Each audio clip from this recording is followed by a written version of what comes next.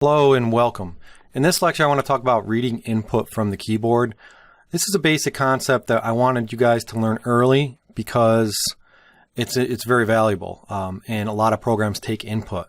So I provided this early on. Some of the concepts are not going to be completely clear, but we'll definitely learn these concepts in other sections as we go through. But it's important to learn this very early. And it's very similar to the printf function. So we've discussed output. We know how to format output using printf. We now have to learn a little bit about input, getting input from the user essentially. It's very useful to ask the user to enter data into a program. We talked about command line arguments, entering data via that way. That's one way to do it. Another way is to ask the user directly so that they can type something in the keyboard. So you get the input from the keyboard, but it gets displayed. You enter the input via the terminal, the console. That's how you enter the input. The C library contains several input functions. We're going to use scanf. That's the most generic function. It's very useful. It provides the most different formats that you can enter. So you can enter text and then it will get converted to the different formats. So scanf reads the input from the standard input stream. That's standard in. Scanf can actually be used for reading from files as well, if the input stream is a file, but we're not going to worry about any of that for now. We're just going to use it to read input from the keyboard. Okay, and so standard in by default is the keyboard.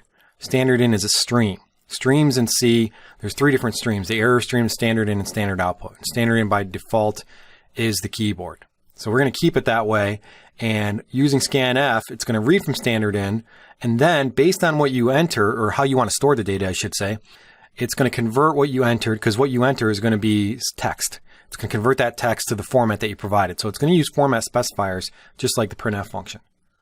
So the format can be a sequence of characters, which is called a string. We haven't studied that in a lot of detail yet, but again, we will when we talk about data types.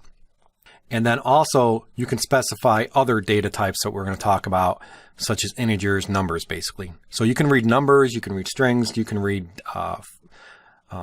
numbers that contain decimals, single individual characters, all this nice stuff. If the standard is input from the keyboard, which is default, what's going to happen is as you type in text via the keyboard, it's going to take that text, put it into the C program, and it's going to convert that text. And text is things like letters, digits, and punctuation. So even though you're typing in a number, it's still text because it's coming from the keyboard. So if you enter the integer 2014, which is a number, and you type essentially what's happening is you're typing characters 2, 0, 1, and 4. And what will happen is it will send that input to the C program. And if you want to store that data as a number, then you're going to have to convert that data. And so you have to specify the format specifier how you want to convert it, just like you do in the printf. Remember, like with printf, you used %d to print an integer. You would convert the text to an integer using %d as well for scanf if you wanted to convert the string to a number. And that's what we're going to do for basics early on. We're just going to use numbers because we know numbers so far and we haven't really learned about strings yet. So we're going to mainly use numbers when we input. So scanf, it's very similar to printf, but instead it is a little different in certain arguments that it takes. It still uses a control string followed by a list of arguments. So there's going to be something in those double quotes. The double quotes typically will only contain one thing, and it will be the format specifier, how you're going to convert the data. So the control string indicates the destination data types for the input stream of characters. It's that format specifier. %d, %c, %s, %f for float, and so forth. The printf function uses variable names, constants, and expressions in its arguments, right? Because we learned that. You have something in double quotes, and then inside the double quotes, you use format specifiers, and then after the commas, you can print out variables, or you can even print out expressions. Expressions we'll talk about in more detail as well, something that essentially returns a value. Most common type of expression is an arithmetic expression.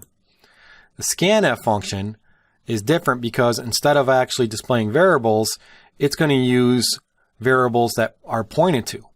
But luckily, pointers is a big concept in C. You don't have to know anything about pointers in order to understand and use the scanf function. So don't worry about that.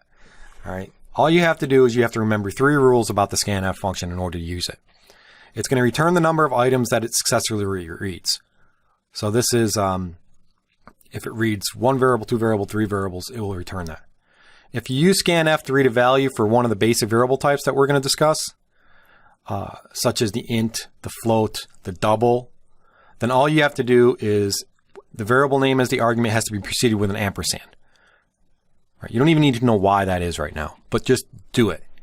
Any of the basic data types. Ampersand is address, and because scanf takes a pointer, you have to dereference, you have to pass in the address.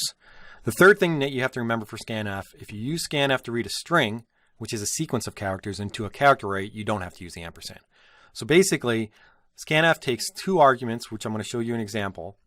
The first argument is going to be how to convert the data that you type in. And if you store that data in int, you use format specifier %d. If you want to store it in a string, which we haven't learned about yet, you use %s. And then the second argument is, and it could be many arguments depending on how many format specifiers you use, because just like printf, would be the actual variable, the variable name. And if the variable is everything but a string, you just use the ampersand. Otherwise, you don't use the ampersand. Scanf function also uses whitespace to decide how to divide the input into separate fields. And whitespace includes new lines, tabs, and spaces. And again, I'll go through an example to show you what that means. Because just like printf can display many, many variables, depending on how many format specifiers you have inside the single quotes, same thing with scanf. If scanf has multiple things inside the double quotes, it will read multiple inputs. And the inputs are going to be divided by new lines. So again, scanf, if you want to try to understand what scanf is, it's the opposite of printf. Right? Printf is going to convert integers, floating point numbers, characters, strings, all these different data types, and it's going to convert it to text so that you can see it output. And it's going to be displayed on the screen. Scanf is the opposite. It's going to take as input text and convert it to any of the different data types like ints, floats, and doubles. So let's look at an example. This is an example of a simple program. We know what the main routine is. We know what the include directive is. We haven't learned about characters and integers yet, but basically at the very top of that main function, we're creating 2 variables because we need to store the data. And we're going to talk about variables in much more detail. But just like the printf function, again, you're just doing the opposite. So here we're displaying output to the screen saying enter a value. Scanf inside the double quotes has format specifiers to read in the input. And so you have to specify the data that's going to be read in. Here it says %s, %d. What that means is we're reading in a string, then we're reading in an int. And you'll notice that the string doesn't have the ampersand in the scanf after the first comma. And after the second comma, we have an ampersand because that's an integer. We're reading in a number. And then the printf is displaying output. So it's saying you entered in this string in this integer, just like we know what printf does. And then the main function returns a 0. All right, so let's go through this example in a second in code blocks. But let's just, again, reiterate a couple concepts. When a program uses scanf to gather input from the keyboard, it waits for you to input some text. So the program is actually going to pause until you enter the data. And then once you enter some text, and if you enter some white space, if you're entering in multiple things, then the program proceeds and reads the input. Once you actually hit the enter button, you have to hit the enter button. Again, scanf expects input in the exact same format that you provided. So if you say %s and %d, that means you have to provide a string followed by a space, any number of spaces, followed by an integer, a number, and a word. Right? String is a word, integer is a number. So let's go through this example line by line in code blocks. Okay, so here we have our main function. And again, it's important to be able to enter data into a program. So just like the printf, it's going to be very similar. And we don't have to understand all of this code. And we'll even get rid of the parameters that are being passed. It's a simple main function. We don't have to understand all this code. We don't even have to understand what variables are at this point. But variables will store data. In the example, we're creating a string array of 100. And with a semicolon, and then we're also just going to create an integer. Just like in printf, we have an integer, but we're using a string. I just want to demonstrate different inputs. Then, usually before you call the scanf function to get input from the keyboard, you're always going to tell the user something. You want to tell them what to enter. So printf, remember, displays data to the screen. We're just going to say enter a value. And they're going to actually enter a couple. And then we end it with a semicolon. We have to tell the user to enter something.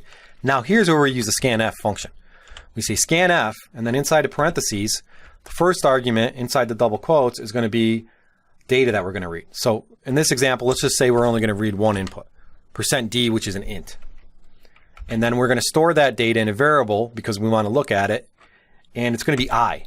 Now we have to specify the ampersand before that because remember this little trick with pointers. You don't have to know why, it's just the address. So that scanf on line 17 is going to actually read data from the keyboard until the user hits the enter button. And then that data is going to be stored in a variable called I. So now we just want to print what we entered. So here we're just going to say, we're going to add a line feed so it's readable. So we're going to use our escape sequence \n, and we're going to say you entered %d, and we're going to display the value of the variable. And we're also going to put a line feed after. So the value of the variable that we want to display is I. We're going to end it with a semicolon, and then that's our program. So again, printing output, asking for a value, reading input line 17, specifying that the data that we're reading is an integer, storing it in I using an ampersand, and then printing out what we just entered. So let's build this, and let's run it. And you'll see the program starts, and then it pauses because it wants you to enter a value. It says enter a value. So at this point, I have to enter a number that it can convert to a string, right? Because that's what's happening. So here, I'm just going to say 56, right? And then I'm going to hit enter. It ran twice because of my virus scanner. So just, I'm going to say 56 and then enter. And then it prints out I entered 56. So I was able to enter information, number, and it stored it in a variable. Now, as just like printf, you can actually have them enter multiple things and store in multiple variables. So here, after they enter an integer, I'm going to say another format specifier, %s, which means I want them to enter a string, which is just a word. So here, remember, if it's a word, I don't have to provide the ampersand, so I'm just going to say stir. I want to store that data in the variable store.